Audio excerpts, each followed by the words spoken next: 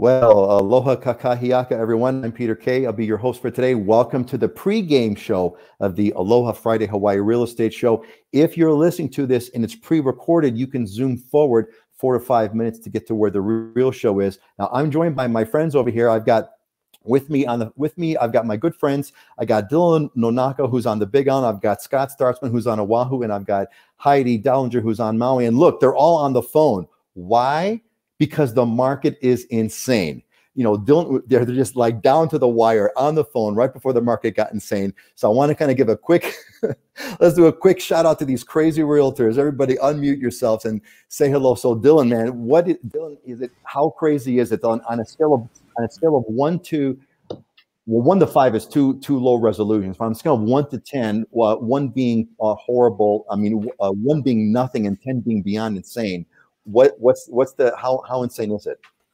Well, in my experience, it's a 10. I mean, I have not ever experienced anything like this. And a lot of the old timers I talk to, you know, people that have been around longer than I've been alive are agreeing. You know, they went through the Japanese bubble and the bubble back in 2007. And the big dynamic is that we keep talking about inventory, right? I mean, there's like nothing for sale. Yeah, and it's still, I'm starting to feel a little bit of fatigue from buyers. You know, they're getting a little bit discouraged, getting beat out 3 or 4 times. So, you know, that may start taking an effect, and then we're seeing really aggressive pricing on the listing side. So I'm sure we'll talk more about that once we get into the show. Yeah, we will. So it's crazy. Yeah, it's crazy. So, hey, Charles, making $1 million deals, man.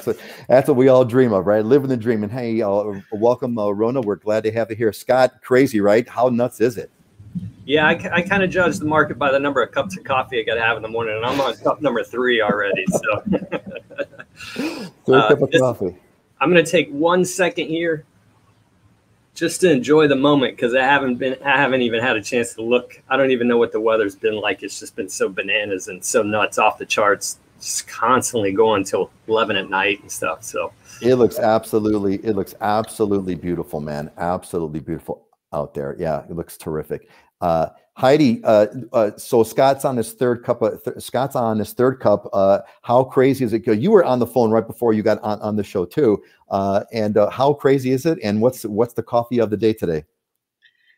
Well, I'm drinking a Maui blend coffee today, and I made it at home. It's great. I did get to go outside. I walked over to the ocean, got to feel the warm sunshine, and then came right back inside. I mean, the real estate markets just continued to be super, super busy, as we've all said. I mean, early morning till late at night working and phone ringing. And anyway, it's fun. It's competitive, but you have to have those quiet moments too, to just truly enjoy where we are. Yeah. Well said. Well said. You do have to, you got to give yourself that time. Go ahead, Scott. Real quick. You know, we were talking about this just a second ago. You know, you're wearing a jacket and you look like you're in a bunker. Don't tell anyone. I'm in an undisclosed location. So I don't have my normal Aloha shirt and my warm Hawaii. I'm in an undisclosed location. That's all I can say at this moment. Yeah, exactly. Hey, so we got a few more folks who are joining us over here. So we got Tom. Welcome back, Tom. Great to see you. Aloha, everyone. And who else? And we got Rona. Rona will. So Rona threw a bunch of questions, and Rona, we're going to hold on to those questions. I'm going to get to them absolutely. Judy. Judy is a member of the Islander Ohana. Welcome back, Judy. Great to see you. Aloha Friday. Happy Aloha Friday. Alex Martin. Alex. Let me back up to Alex Martin over here. Alex Martin agrees. Alex Martin says, "Stop looking because everything is out of my reach." Yeah, and I. You know, we'll talk more about this during the actual market review part, but yeah, it is the end is I don't think the end is quite in sight just yet, and it is that time actually. That time is, man, we're flying right by. And who else is joining us over here? Hey, Mark, welcome back, Mark Whitehill, a member of the Islander Ohana. Joyce, Auntie Joyce, a honorary member of the Islander Ohana. Happy sunny Friday. It is. And Navit's with us. Welcome back, Navit. I'm Navneet. I believe you're with us at the last show, if I'm not mistaken. So great to have you back. everyone's the whole this is so much fun, right? The extended Ohana is coming back to kind of see us. Jim David, aloha from San Diego, leaving for a wedding on Maui in exactly 1 month. Yay! Then off to Big Island to visit relatives and try out a couple of condo complexes by renting for a few days. That's great advice. And if Jim, if you've been to our previous shows, you've seen that you've said that advice. Jim, you should drop by and say hello to Dylan when you're on the Big Island. I'm sure Dylan would love to talk to you guys and share his great wisdom. Great to have you join us. Everyone's coming. This is so much fun. I gotta tell you, this is so much fun. Here's Joan Valentine. Welcome, Joan from Colorado Springs. Aloha. Patrick is here. Welcome, Patrick. Good to see you again. Robert H. Welcome, Robert. And great to see you guys. Oh, Alex says Alex misses the Big Island already. Was on the Big Island a month ago. Yeah, once Hawaii gets in your blood, man, it's just like you can't. It's hard to let go. All right, let's get the show started, everybody. Welcome, everyone. I'm your host, Peter K. Your host for the Aloha Friday Hawaii Real Estate Show. And I am here with my friends. We've got Dylan Nonaka, who is joining us from the Big Island. We've got Scott Startzman, who's joining us from Oahu. And we have Heidi Hollinger, who is joining us from Maui. I'm so pleased. We've got a statewide group of experts on an important topic, real estate. So we're going to start the show off with a little bit of local news. So let me kind of fill you folks in on kind of what's going on, a couple of things that have occurred. So the statewide inter-island vaccine passport program is up and running. Now it's very limited. First and foremost, you have to be a Hawaii Island resident. You have to be a resident of Hawaii. You have to have gotten your vaccine in Hawaii, apparently because that's the only places that they can be, that they can validate the vaccines are legit. So it's only working for residents, and it's only working for inter-island travel. It's not yet working for trans-Pacific travel. So even if you're a Hawaii resident and you're returning from the U.S. mainland to Hawaii and you got your vaccine in Hawaii, it still is not going to apply. So it's quite limited. However, it's one step in the right direction. So we're kind of happy about that.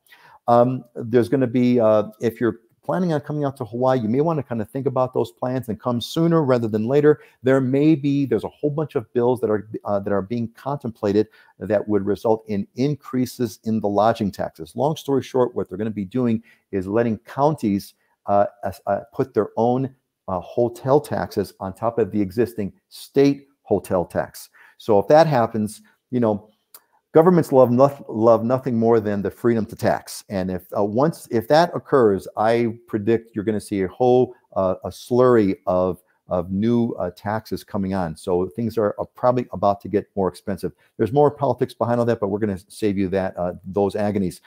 Big Island construction. I want to hear from Dylan about this one when we get to that part of the show, but apparently construction is through the roof. The Big Island is leading all of the islands on the amount of construction, either permits or activity, etc. So that's another one.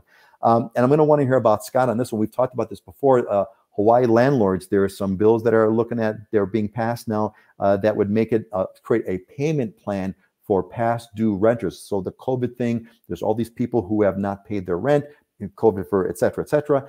They've been able to kind of they've not been evicted up until now. These laws are about to expire, so they're concerned about evictions. So there's a law that looks like it's being passed around, hasn't been passed yet, that would make essentially the landlord pay for some of that rent by having a payment program. That might make the housing crisis worse, unintended consequences. We'll talk more about that later. And Hawaii, I discovered that we are the tops in the nation for worrying about COVID. Maybe that's why we have the lowest COVID rates. I'm not sure.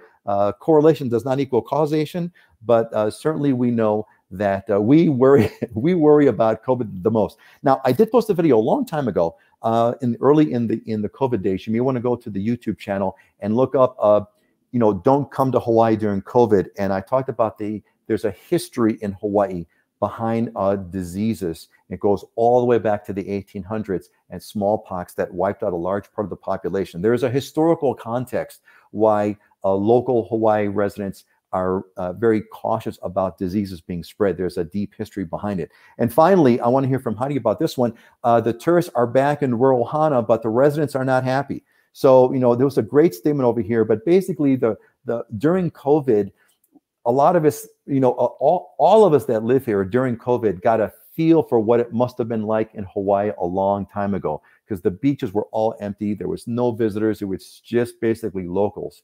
And, that went on for some long time. And, we got used to it. And now all of a sudden, the visitors are all coming back. So now we have traffic, we have driving, we have crowded beaches. And Hana, the great quote here is, the quote was, quote, "It was just really beautiful that all of our kids got to experience a taste of what this place used to be." She said, "I want to go back." And I think that really clarifies what that whole thing is all about. So that's the quick update. Our COVID things look great. I mean, our fatality rates are low. We're not following the curve of COVID cases, which is good. It's a good sign. We're on our way to herd immunity. I heard about the CDC has said that masks are going to be, you don't necessarily have to wear your mask. So hopefully that's going to result in some relaxing of the masks.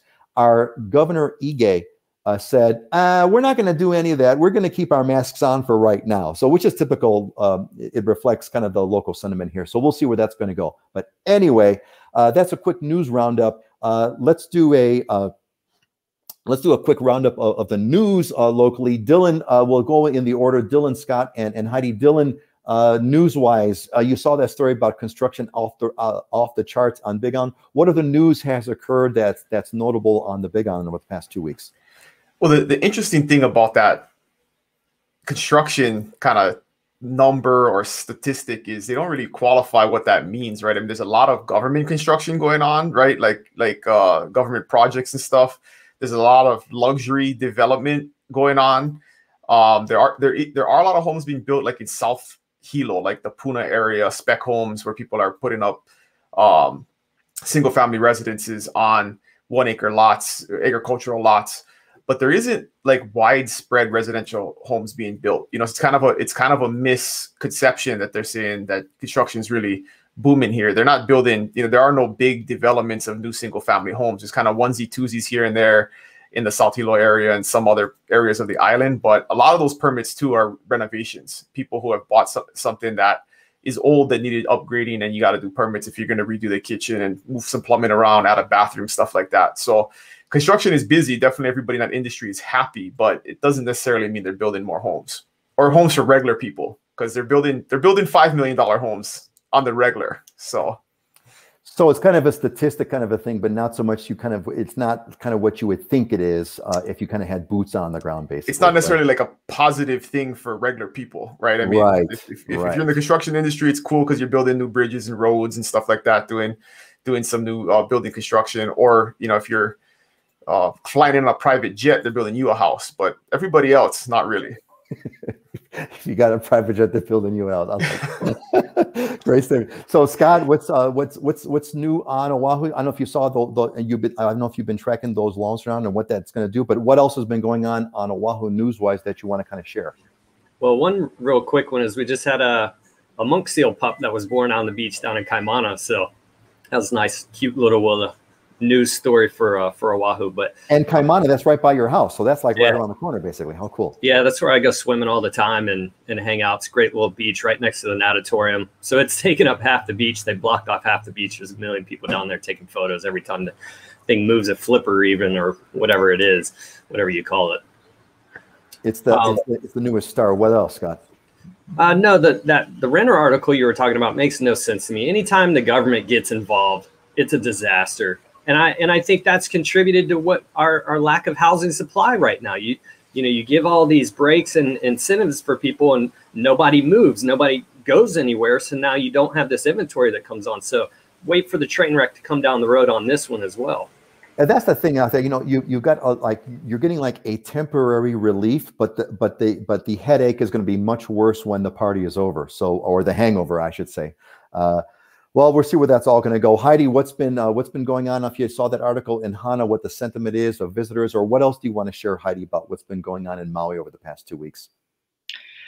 Well, the big news over here is Maui has implemented a second COVID test requirement. And maybe we talked about this on the last show, but it's kind of a big deal because if you are not vaccinated, once you arrive in the airport on Maui, you have to receive another COVID test right there. So it's certainly incentivizing people to get the vaccine However, I mean, not everybody can get the vaccine. Sometimes people have a previous medical condition or for whatever reason. So you still have to take the test before you travel. But then when you land on Maui, you have to take another test at the airport. So anyway. So to clarify, so even if you like did your thing, you used the Travels app and you got fully tested, less than 72 hours prior, you land in Maui, even after you land in Maui, you have to get a second test as well? Yes. So they just implemented this about a week ago. That's what the Big Island's been doing the whole time, pretty much. Second test on the Big Island. Yeah. And okay, so that's what you got to do. That's just all there is to it. You got to get your second test. So even if you got to get a bunch of tests, and hopefully this is going to end soon, friends. Hopefully this will end soon. I'm really hoping, praying that the herd immunity is going to do us some good in the state of Hawaii. My wonder is if you're, if you don't have to wear a mask if you're vaccinated, how do you know if you're vaccinated? Are you going to get a red badge that says V on it or something so you don't have to wear your mask? Like, I'm wondering how is that going to be enforced? So I think they've got a Star of David that's going to be wearing. I think that's what I heard. Could be a rumor, but that's what I heard. All right, great. Hey, thanks, gang. Let's and one more thing on the construction front, and just in general, news and housing and stuff, is the prices of lumber is insane, right? I mean, people are seeing that it's like $100 for a sheet of plywood right now, and that's an interesting kind of ripple effect of the whole shutdown. Was they shut down manufacturing of lumber for months, but Home Depot and Lowe's were essential businesses that stayed open, and then people were home, so they said we're going to do home renovation projects. So this demand on building materials went up, and then they weren't being manufactured. So now there's a huge shortage in the supply chain of building materials, which is driving the cost up, and it's going to further disincentivize new building or further drive up the cost of housing if you do actually build. So that's just kind of starting to take effect, and it's probably going to be, that's going to fully develop over the next 6 to 12 months when the supply chain shortage is fully realized. What's going to be interesting, and of course a little bit scary, is going to be that, during this whole COVID period, right, there's been sort of these unprecedented things have been occurring. It's been sort of, we've unprecedented shutdown of the world economy, essentially, right? Unprecedented shutdown, quarantine, economic stimulus, trillions of dollars being pumped into the economy.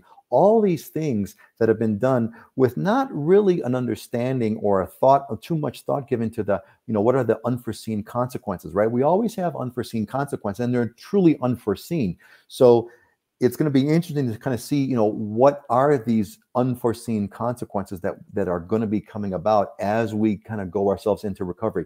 We're going to have, potentially sky high interest rates. We have shortages of lumber, shortages of housing. People are being incentivized not to move. It's going to be kind of a rough and tumble world. That is for darn sure. Let's see. So Rona had a nice kind word. Thank you, Rona. Thank you. I sound great person. I appreciate you. So thank you for saying that. I've got your questions, Rona. I want to get into the next segment real quick to talk about, to do a real estate update. Joyce has a comment here. And Joyce says, I think the wood for our new Howell Lake Community I think that the wood for our new Howell Lake Community Center in the yard, in-store garden stuff, cost my husband over $1,000. Yeah. So it's like through the roof, man, through the roof. And what's kind of, I don't want to go. Dylan. Oh no, I saw a great meme that said, I asked my buyer to send me proof of cash funds, and he sent me this. It was a picture of a stack of lumber, right? Yeah. I ended up getting one that says, I have a 4x8 sheet of 5/8 thick plywood willing to trade for a 2018 to 2020 Corvette convertible with less than 10,000 miles and clean title. No lowballers. I know what I have. I mean, it's a really kind of a wacky world. All right, let's transition into the next part of the show here and give a quick real estate market update. We've touched on these things before, so obviously just talk about the stuff that's new. Dylan, what do you got here? Let's go in reverse order. Let's go Heidi, Scott, and Dylan. Heidi, what's kind of happening besides the insanity on Maui that's worth talking about? Well, I'll start with a couple statistics on median prices. our single family home on Maui, median sales prices are up 28%. Wait. 28%.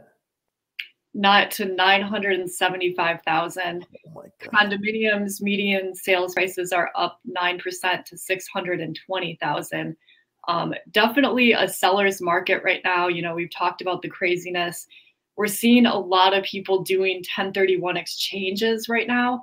They're selling properties on the mainland, buying properties on Maui. Some people are concerned that the government's going to end 1031 exchange. So there seems to be some extra motivation to do a 1031 tax deferred exchange if that's what somebody wants to do. I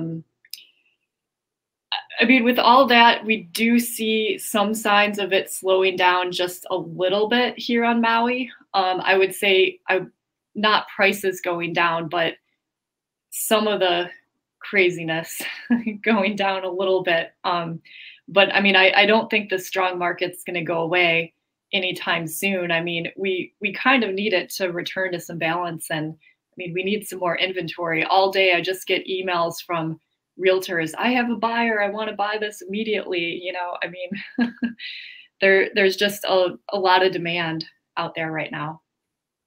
Yeah, look, gang, if you jumped in when the show just started, you saw all my friends, they're all on the phone, you know, closing deals, and that's kind of the way that's what's been going on. Scott, what's happening on Oahu that we haven't already talked about? Yeah, if I tell you this week I'm on my third cup of coffee, and that's how I'm gauging the market. If the next show I'm doing it intravenously or something, then we'll really be having problems. But it's heading in that direction. No, it's insane. I mean, prices are up 15% here on Oahu for single family homes. And the crazy thing is I woke up, my brain's not stopping. So I woke up at 3 in the morning the other night. I said, you know what, I want to set up a search for myself to remind for a client of mine. And I set it up for Kailua single family home, 1.65 million or below. And I scratched my eyes. I'm like, man, I must be asleep that those results aren't right. And so I went back and checked. I looked and no, that's right. So I looked again. There was one home available on the market in all of Kailua under 1.65 million. And there were 37 in escrow. And that's a town area of like 40,000 people.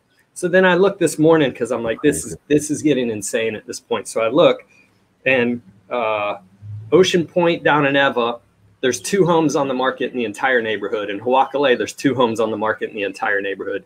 There's like 25 in escrow in each of those subdivisions. The problem is no inventory, period. It's not, yes, there are more buyers, but the problem is actually on the inventory side that we're having. So prices are up 15%. It's going to get worse with that kind of restricted inventory. The condo side is interesting because if you look, 2 homes on the market with 23 in escrow, that's obviously way out of whack. On the on the condo side, I looked up Kaka'ako.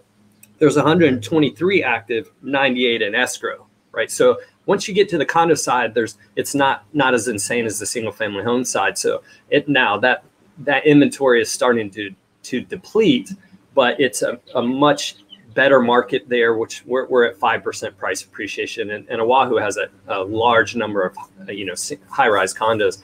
And I brought that Kahala listing back on this past week. I had over 40 parties through my open house. I got 2 cash offers on the table right now.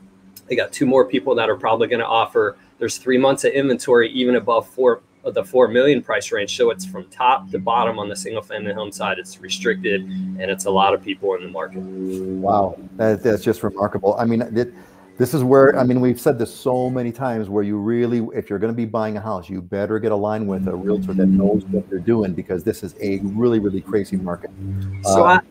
And Mark agrees. Man, I'm glad I have a good realtor. Mark, exactly. You've got the best in the business.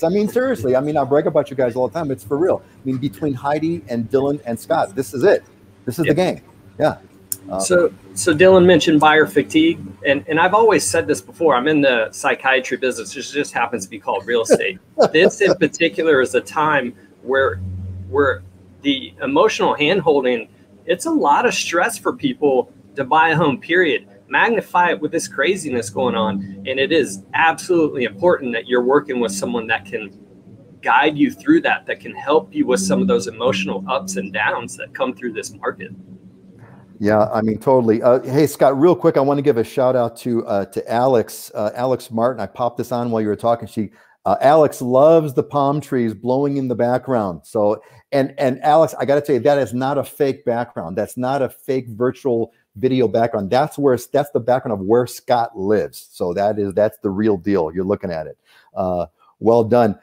And a question is this like the 2005 08 market? We've talked about this before. No, it's different. But Scott, what's your sense? How is this not like oh, hey, Dylan, you talked about this earlier. Dylan, how is this not like the 05 08 market? The big difference is lending standards and the lending environment. So the 05 to 08 market was driven by very loose, easy money that people were using to speculate and buy additional homes, additional rentals. And then it drove, and there wasn't a lot of regulation in the market. So what was happening was realtors were sending unqualified buyers to lenders who were then qualifying them. And then appraisers were then appraising homes above value and putting people who probably couldn't afford it into a home that wasn't valued at what it should have been. And it led to the crisis that we got into. Those things have been fixed in financial regulations. There was a lot of collusion, kickbacks back and forth between lenders, appraisers, and realtors. You can't do that anymore. It's like they can't even buy you lunch anymore. It's like really touchy. So that's the biggest difference is that people who are buying, it's true demand, right? The people who are buying right now, they have 20, 30, 40, 50% down, or they have cash. So they're not coming in with a 0% down loan and no provable income like you could back in the day. And I always use myself as an example in this. Is I bought my first house in 2004. I was in college in the GI Bill with no income and no job, no real income and no job. My wife, who was not my wife at the time, was teaching for 6 months. We had no savings, no income, very little income, no assets. And we still got a loan to buy a house. So we were like the poster child for the kind of people who are getting qualified to buy homes that shouldn't. We were responsible. We paid our mortgage. We didn't get foreclosed on, but I'm sure there were many people like us who probably shouldn't have been buying at the time. And more recently, the last house I bought, I mean, it was really hard, and we are in a much better financial position now, but it was very stringent, and they double checked everything and made sure that your finances were in place and that, you weren't fudging the numbers on anything. So that's the biggest difference is the lending situation. So to summarize, the big difference is that back then in 05, 08, they were giving out loans to people that should not have been borrowing that kind of money. And even today, right? I mean, the three of us could probably speak to this. I have not closed a deal in the last 3 months where somebody didn't have a minimum of 20% down. I mean, you don't even compete. If you come to the table with a 0% down loan or a 2 or 3% down loan, I mean, they're still out there. You can get those loans if you're in the right, situation financially.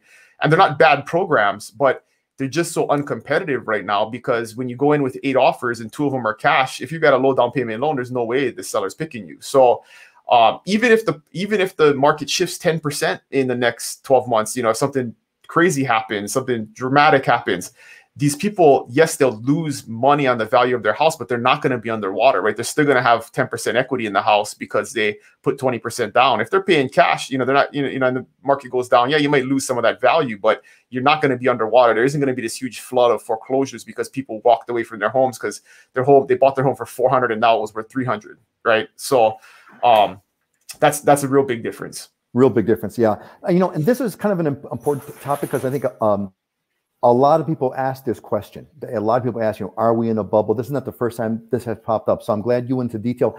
Heidi, is there anything you want to add to what Dylan said as far as the difference it feels? I mean, have you had any people who have not had a 20 or 30% down, or if not all cash deal? I mean, what would you add to what Dylan said about this question of, are we going into another bubble, a 2005 and 2008?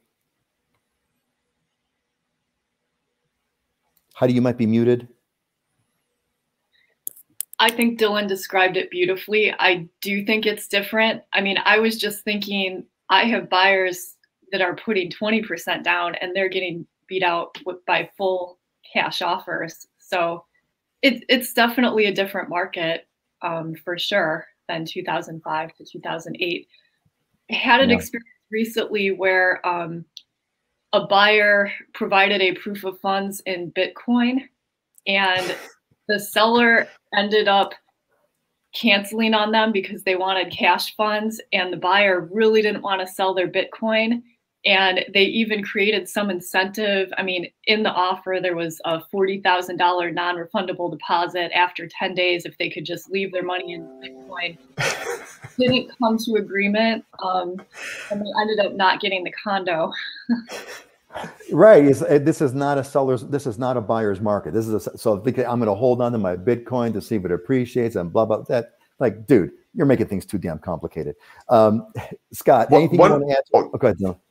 One more stat, important stat, about the housing market supply and demand is that in the lead up to the early 2000s to the lead up to the bubble popping, there was record high numbers of 4 years leading up to 2008. There's record high numbers of new homes being built in America across the country. If you look at national housing numbers, so if you take the 50-year average, right, those 4 years leading up to the bubble, there was record high numbers of new homes being built. In the last 10 years, the number of new homes being built has been well below the national average. So that's further contributed to the supply crisis, is that home builders just haven't been building at the rate they were before. So there was a huge supply of homes leading up to 2008 where people, again, right, were just buying them like crazy because of all this free money.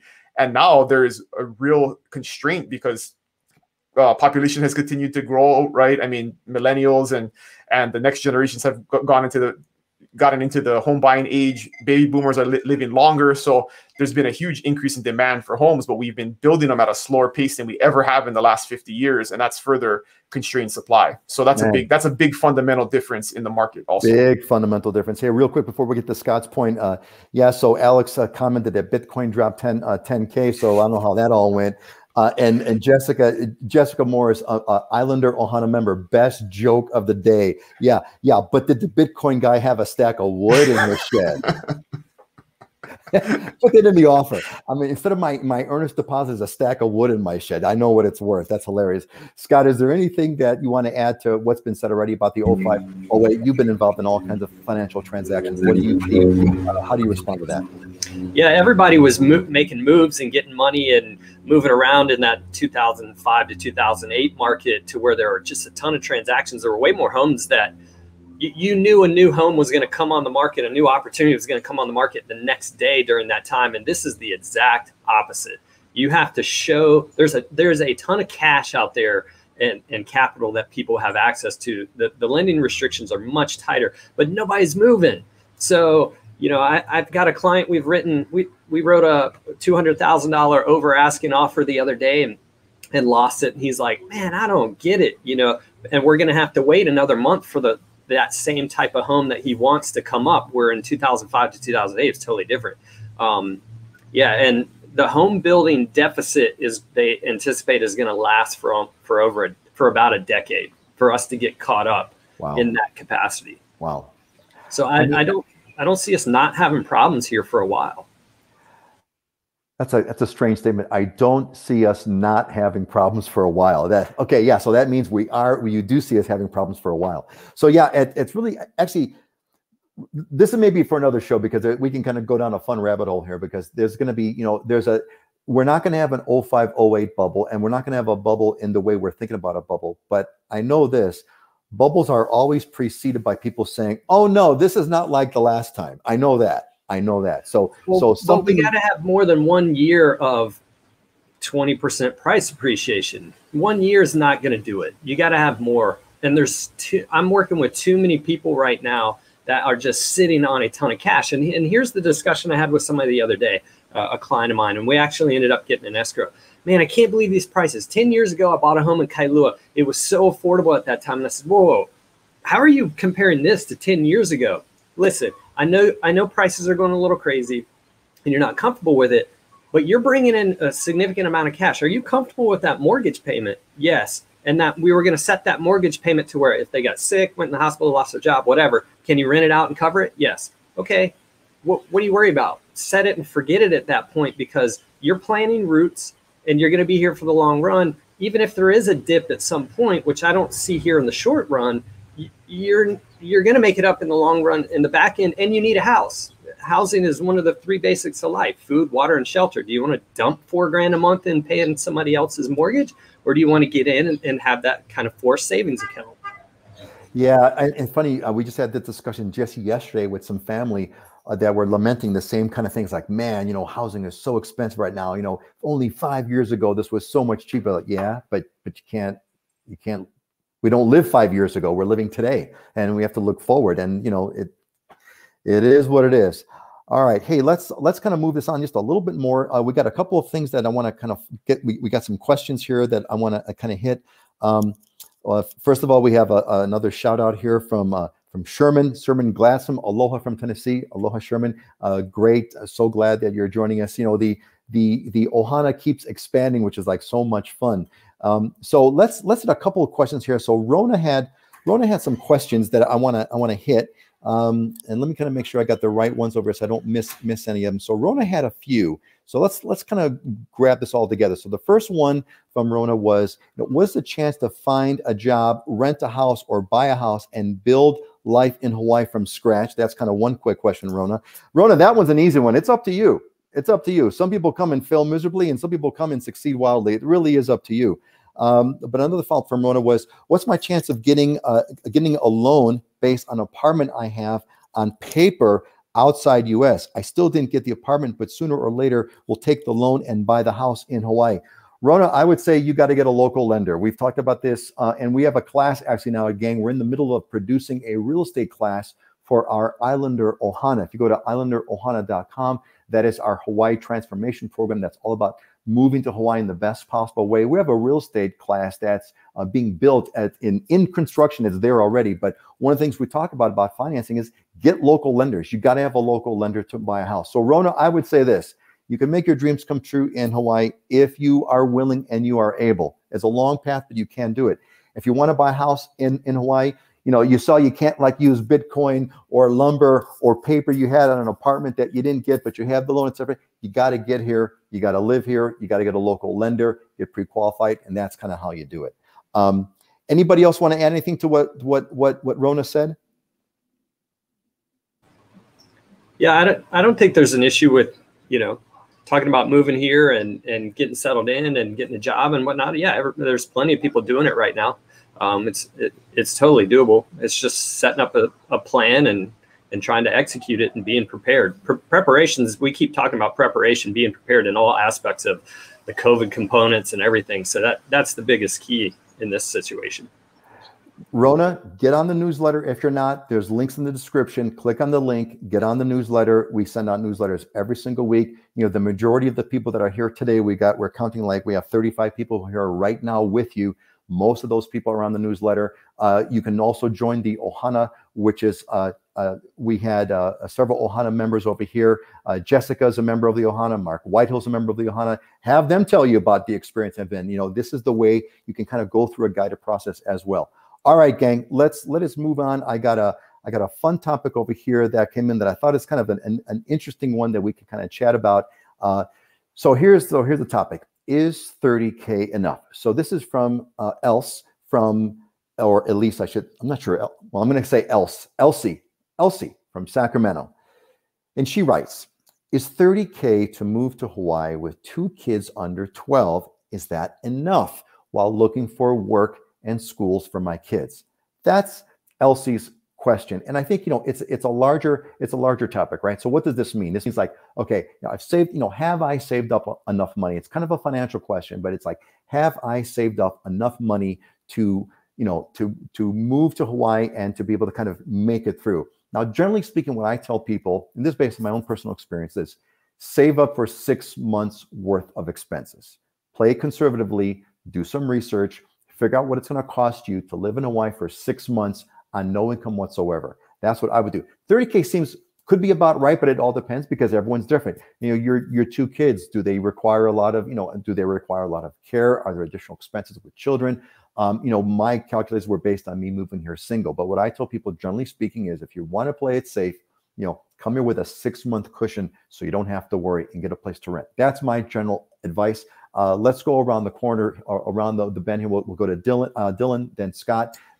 Listen to this. Let's start with Scott this time. We'll go to Scott, and then Dylan, and then Heidi. Sorry about that, gang. I kind of want to shake it up over here. So when someone comes, Scott, and says, hey, look, is this enough for us to live? Elisa's question specifically. I got 2 kids. Is 30K enough? How do you answer that question, Scott?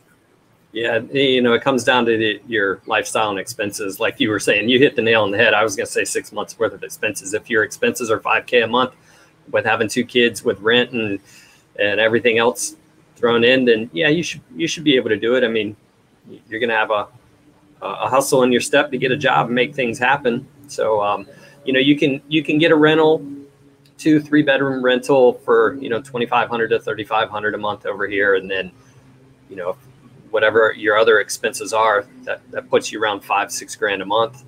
You should be able to do that. So it's kind of close, right? It's kind of close, but you have to, everyone's different. You have to look at your situation 6 months. So Dylan, how do you respond to that?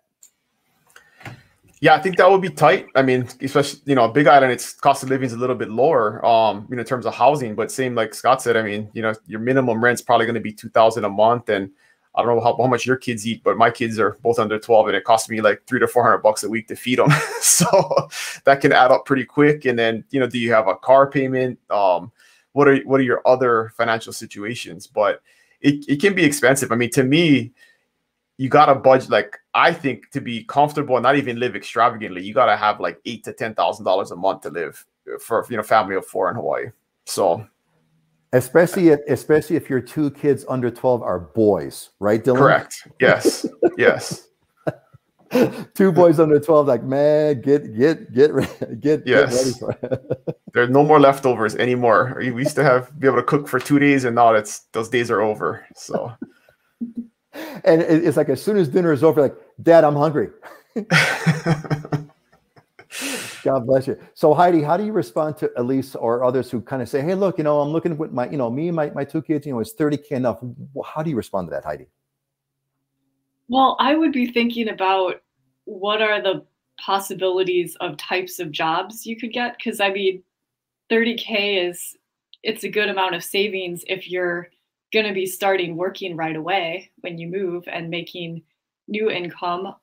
So I would be really looking around and seeing what job options are available, what you would qualify for, what realistic income would be at some of those jobs. Because I mean, once you get past the first few months or first 6 months, I mean, you want to have a sustainable situation. And I mean, housing at the very minimum is probably going to be, I mean, like $2,500 to $3,500, and then you have all your other expenses. And I don't know if you need to buy a car or, I mean, there's other things too. So, but yeah, I mean, that was when I moved initially to Maui. I mean, finding a job and being able to work, I mean, that was important. I was able to take off about 6 weeks, but then I started working. You had a nice 6-week long vacation in Maui, in other words, right, Heidi? Before you had before reality struck, is that it? Yes, and then I thought, well, I better get a job.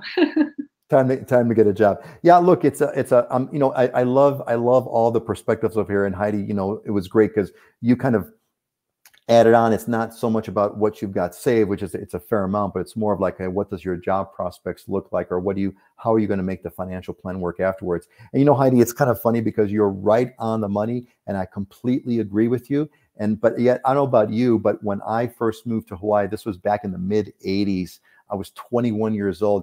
I was so cocky and so clueless. I didn't even give a second thought as far as what my job prospects were going to be. I knew I would get some kind of a job that was completely stupid and wrong, of course, but that's beside the point. However, I did have 6 months. I did have 6 months of savings. So that is was. So we got some comments on this topic. So thanks, Alex Martin says, I think she should wait until the economy and shortage of supplies gets back to where it was. But if you're confident and a go-getter, good luck. You only live once. Yeah, you know, and we've talked about this earlier. You know, do you put your life on hold, right, and kind of wait for things to get better, or do you just kind of go for it now? And you know, I think our consensus back then about that kind of question was like, go for it. You know, you kind of only live once, and you know, the thing is, you know, do it now. Live now. You live. You know, all you have is today. Go for it. And Alex says, we make $15K a month, and I wouldn't do it right now. And Alex, I mean, everyone's got a different perspective, and God bless that you thought about it with that kind of an income, and it's still not right for you. And that's kind of what you've got to do. Everyone's got their own thing. Someone's got a comment here. Yeah, I got a funny story for you from when I moved over from the mainland. You know, I just graduated college. I was all stoked. I had a college degree. I was dressed up in I went for a job application at the Hilton Waikoloa Village when I moved over to the Big Island in 1999. And I go into the room to turn in my application, and I'm dressed up. You know, I got a tie on and, button-down shirt, which is a little strange, especially for the Big Island resort community. And there's some people in board shorts, slippers, and, t-shirt turning their application in. And I'm, straight off the boat from the mainland, I'm thinking, oh, I'm going to get the job before these guys. And one of the guys goes up, oh, hey, Auntie Jane, gives the application. She said, oh, hey, brother Himo, how you been? Oh, you looking so good nowadays. And then didn't get a call for like a month and a half for the application. I was like, oh, it doesn't matter. None of this stuff matters. It's who you know, not what you know over here and what you've done. And that's actually universally true. It's universally true, really. It's just like Hawaii, for some reason, it really magnifies the heck out of that, right? It's all about the network. It's all about the network. And we stress this. We talk about this in our Islander Ohana courses about getting that job. It's really all about that network, especially for the higher end, the more desirable jobs. You really got to have some connection to make that happen. Yeah, great story, Scott. Joyce, mahalo, Auntie Joyce, for your wisdom here. Joyce adds in, should also remember that childcare is expensive. My tenant's daughter cost $700 a month while schools were closed until she adjusted. Yeah, sometimes it may pay for actually mom to stay home these days with childcare, especially if you have 2 or 3 kids. And Dylan's nodding. You know what I'm talking about, Dylan. Great. Excellent, gang. Great feedback. Thanks for your input on that topic. Why don't we let me do a real quick pitch. I've talked about this already, but you've got to get in. If you're not on the newsletter, get on the newsletter. That's the key. So click on the link in the description. You'll get the email notifications once a week, every Wednesday. There's stories, there's videos. We take the show, we clip it up into videos. We have great photos, and we notify you of when the next show is. So make sure you are a part of that. Let's see. It's about that time. We're going to move on to our other segment here where we talk about the what we call diamonds and deals. So diamonds and deals is where it's really kind of a fun, aspirational time. But that's not the diamonds and deal. That's the diamonds and deal slide. So it's an aspirational discussion. I've asked Dylan and Scott and Heidi to kind of find some properties that they'd like to highlight for those 1 or 2 properties that are still on the market and still available. Let's just kind of look, and so it's kind of a fun spot. So let's get into that. And our first one here is in Lahaina, Maui. And my screen, I'm on a different screen. So this is on actually we should have a contest, a Hawaiian pronunciation contest to pronounce the street name. So this is on Mahinahina Street in Lahaina, Maui. Heidi, what are we looking at here? So this is a new listing of a single family home. It actually it's still on the market because it hasn't been able to be shown yet. It's tenant occupied, and the showings start on the 20th, and they're just lining everybody up for showings. But kind of an interesting property. It's, as is common in this neighborhood, it's set up as multiple rentals. So the pictures that you see are of the top floor, and you have some really nice ocean views. The top floor is a 3-bedroom. It's rented for $3,000 a month. And then the first floor, there's a rental for $2,000 a month. And then there's a yoga studio with the bathroom that's rented as another living space as $1,100 a month. So it's really set up as 3 separate units. Not everything's necessarily permitted and conforming, but a lot of people do look for this type of property because they could live upstairs in the 3-bedroom and then have 2 rentals downstairs and make some additional income if they wanted. Wow. Yeah. So if you live upstairs, you're like $2,000 a month or so in rent between the studio and the yoga, the bottom unit and the yoga studio. That's quite it's quite a thing. Looks beautiful too. The view looks, Hawaii's got like the best views, right? Homes with views are like stunning in Hawaii. It's just the best. All right. Thanks, Heidi. Let's see. What do we got up next? So what do we got up next here is this is a 2-bedroom, 2-bath Gold Coast condo listed for $29.50. Scott, what are we looking at here? Yeah, I showed this one the other day, and it blew the doors off of me. I was just amazingly surprised. It's a top floor unit on the Gold Coast. It was actually a 2-bedroom, 2-bath, and a studio that were combined, completely gutted, rearranged, reconfigured, and the end result was like no detail was left thought of, down to central AC, which is not normal along the coastline. Plus, you have two parking stalls, so 2-bedroom, 2-bath, over 1,500 square feet, right on the ocean. The pocket sliders open up, and all you hear is the ocean. Palm trees are swaying right in front of your face. You see all the way down the coastline to the Waianae mountain range, but 1,520 square feet, and it's the maintenance fee is only $1,345 a month, which is really low for a condo of this size and in that location. Wow. I mean, that is killer, man. I mean, just the view alone. I mean, that's an insane, it's not even a view. It's like it's like you're on top of the ocean, at least the way the picture looks like here. Yeah, I mean, all that sound comes right up to you. You actually have multiple surf spots right out there, so you can just watch the sailboats go by on the Friday nights when they go down to the buoy a little further down, then turn around and come back. And it's, I would sit at that table, and I don't think I would probably move for hours on end. I didn't want to leave. We were actually in this unit for over an hour, just taking it all in. There's side windows down the side, so you get these different perspectives from even the master bedroom, which is actually down the side of the building. You can lay in bed and look down the coastline. Really unique unit, great airflow, but it has everything from central air conditioning to you name it. Phenomenal unit.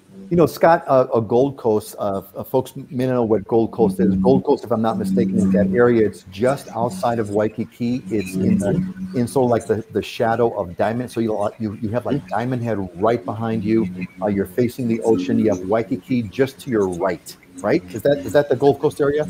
Yeah. The amazing thing for Gold Coast. So once you get out of Waikiki, you obviously have Kapiolani Park, right? And you have the zoo, the aquarium, the natatorium. Kaimana Beach on around almost to the base of Diamond Head is that Gold Coast section. So out your back door is a 300-acre park in Diamond Head, and out your front, or vice versa, however you want to do it, is this, just ocean oasis, this playground right in your backyard. So it's phenomenal. You walk out the back door, you can go for a jog. Yeah, that's right. Amazing. But yeah, you're an Uber ride into Waikiki, 2-minute Uber ride to get to whatever you want in the hustle and bustle. Yeah, 2-minute Uber. And I didn't think about that. You've got Kapiolani Park. You're right. Is right behind you. A beautiful 300-acre park is literally your backyard.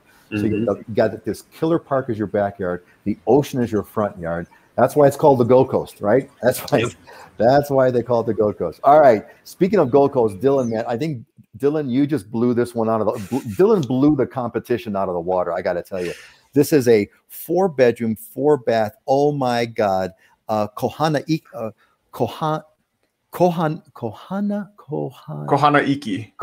Mahalo. Kohana Iki. I've got a small screen. I can't read clearly. Kohana Iki. Thank you, Dylan. 17.5 million. What on earth is this?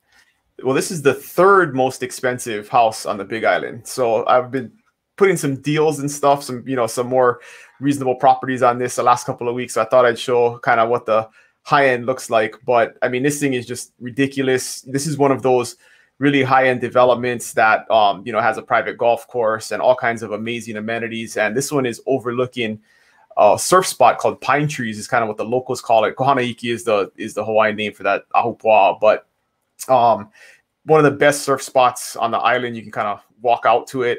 But yeah, just a stunner of a house. I mean, if you read the description on this thing, it's just crazy. The designers and the different architects, high-end people from New York were involved in this and all kinds of stuff. But just one of those completely stunning, amazing pieces of property that you can get here on the Big Island, in addition to, little small $200,000 houses. So we got it all over here. But there are no $200,000 homes anymore, at least on the market at this point. So yeah, I was looking, this week to find something like this. I was looking like properties under $1 million, and there was like 10, and then they were all like 90 days on the market because they're all something, major flaw or majorly overpriced. And so it's really hard to find something from a deal standpoint because stuff goes under contract so quick. So I went for the diamond this week.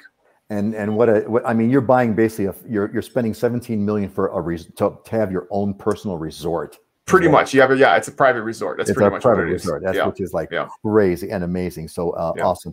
Hey, I want to give a quick shout out to Melinda Caro, who just joined us. Thank you, Melinda. Hello, everyone, and great to have you here. I think I got everyone's comments. Let me do a really quick check over here to make sure I got everybody, because we're coming into the 10 minutes left in the show. I want to make sure I did believe I covered everybody who said something. We're missing Jim. We're missing Jim from New York, who always is the first guy to join us. Jim, where are you? The show's it's just not right. It's just not right without you, Jim. But anyway, thanks everyone. Yes, I did get everybody. So why don't we do this? I think there is one more question I wanted to kind of cover. It's related to what we're talking about, and I think it's a relevant one. And that is this, and that is best time to buy a house.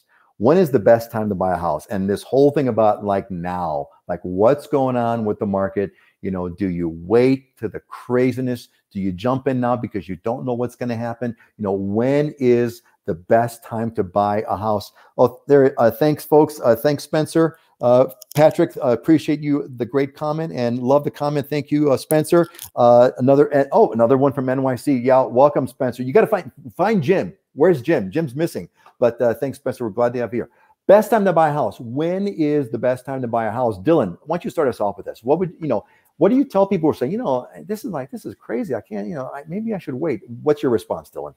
It's the same rule when applies to planting trees, right? Yesterday was the best time to plant a tree, and yesterday was the best time to buy a house. So, Scott always says, you can't time the market, right? People who think they can speculate and time the market usually are kidding themselves, or they're wrong. And, as difficult as it is for buyers right now, one of the things that brings me pleasure on a daily basis is to email or text one of my clients that bought a house last year. There was just a house that came on the market yesterday that was next to a home that actually one of the Island Ohana people bought, and they got it for $699, and the house next door is now on the market for $799, like 5 months later. And so they're feeling like geniuses, right?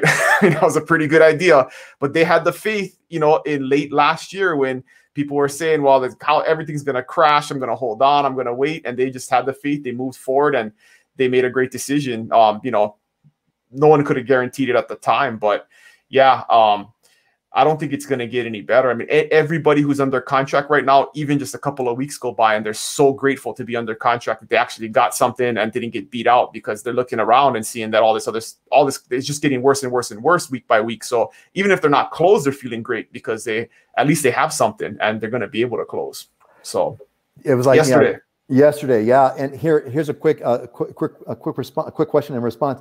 Jim and Kath. Hey, Aloha, are you guys seeing a lot of cash deals? Yes, a lot of cash deals. Scott, Dylan quoted you on your don't time the market. What do you tell people who say, look, is now the right time? Is it kind of crazy? For example, it was Alex. Alex said, hey, Alex Martin said, hey, hold off. Don't do it now. I'm not ready. Scott, what do you say? Yeah, so I'm in the market. I got three things normally that I tell people for when you should buy a house. One is, do you have a stable job? Two, are you willing to put down roots or ready to put down roots? Because it's an investment into a place, a long-term investment into a place that you want to be. And three, three is like, are you ready to start building a financial foundation? Because that's what it is, the forced savings account. I kind of reference this and it's at streams. I talk in it streams a lot of time. I'm in the market right now. I'm not dissuaded. I'm not trying to time it. Everybody buys on a mortgage payment, so I'm just going to set the next property that I buy based on where I need that mortgage payment to be in a comfortable way. And if I have some emergencies, I have a backup plan on. It's not a big deal. If my client I had a client in Waipahu, I couldn't find her information in the county tax records she bought so long ago. It was like 50 years ago. And I said, Auntie, and we sold it for $550,000. I said, Auntie, how long ago did you buy this? She's 50 years ago. I said, how much you pay for this? She said, $20,000. I said, Jesus, man, I wish I could buy 1 million of those, right? Did you put down a down payment? I did. We scraped up every dime we could get to put 20% down so we could get the mortgage. Okay, doing the math, $4 grand, right? How was it making the payments? Oh, we struggled every month for the first 2 to 3 years, and then we were comfortable after that. Okay, well, imagine if she paid 10% more at that time, what, $22,000? Do you think that $2,000 in today's market, when we sold it at $550,000, if she hadn't have done it at that time, what did that do for her, right? She also set her mortgage payment, which was less than $100 a month, into 50 years ago cost of living, and it never went up.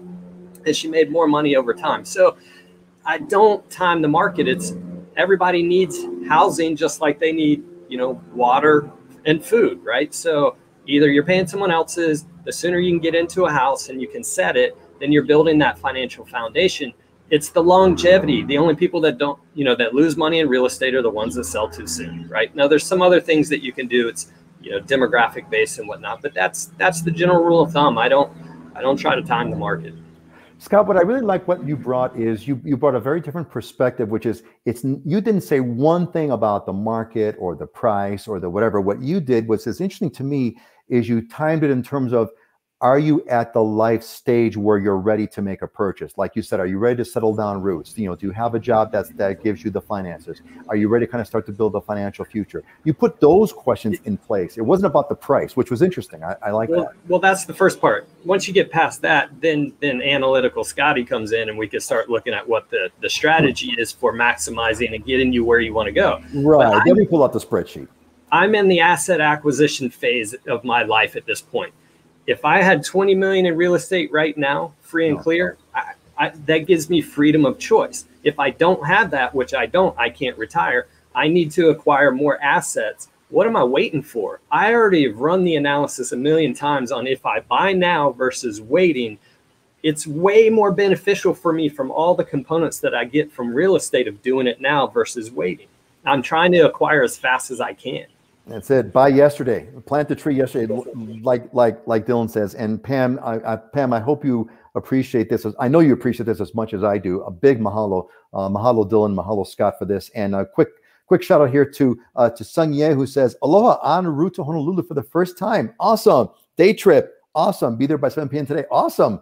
Good for you. Heidi, how do you respond? What's your response? What would you add in to what the guys have said so far, as best time to buy a house? How do you respond to that, especially now?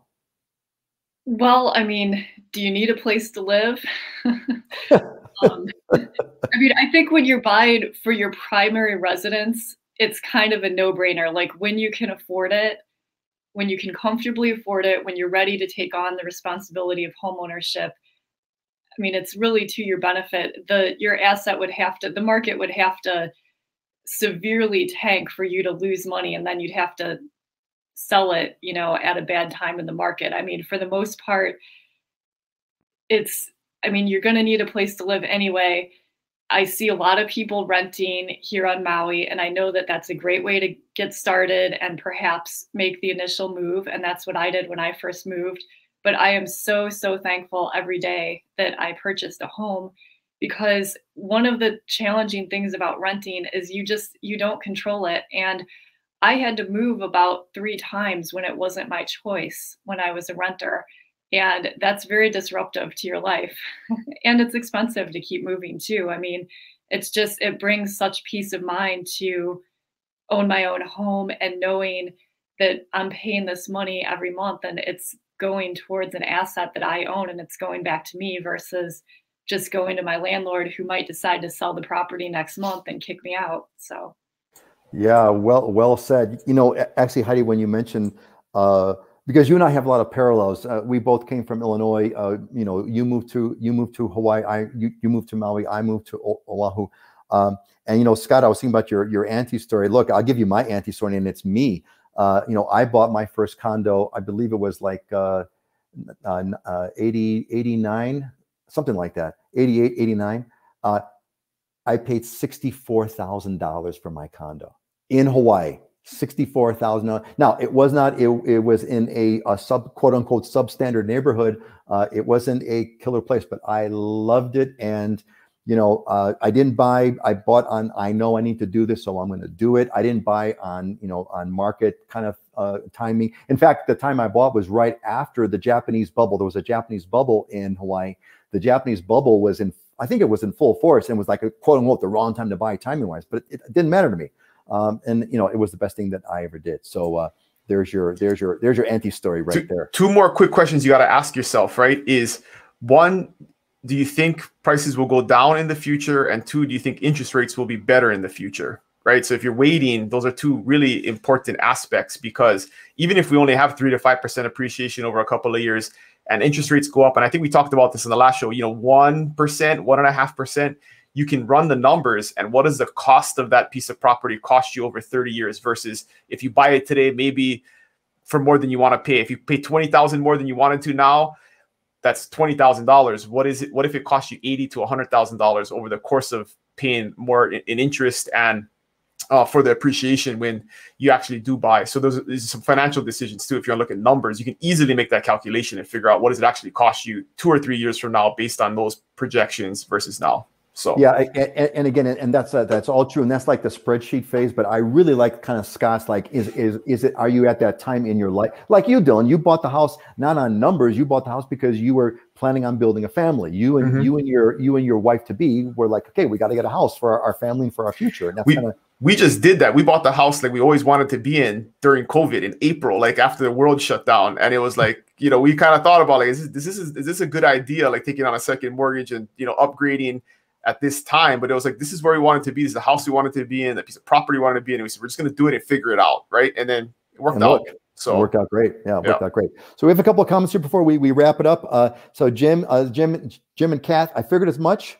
I'm an underwriter here in the Pacific Northwest. Have seen people offering $100 to $400K over listing price and $100K non-refundable earnest money deposit. Things are crazy everywhere. I enjoy your show. Thanks, Jim. So glad that you're here. Welcome.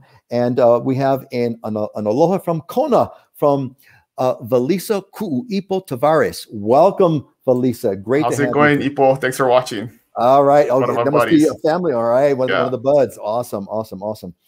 Great to have you folks here. Joyce is chiming in. I agree with Heidi. We're thankful every day we found Dylan and bought our forever home. Well, there you go, man. And Joyce, I'm forever thankful I met Dylan too. I got to tell you, it's been one of the best things I ever did in my life.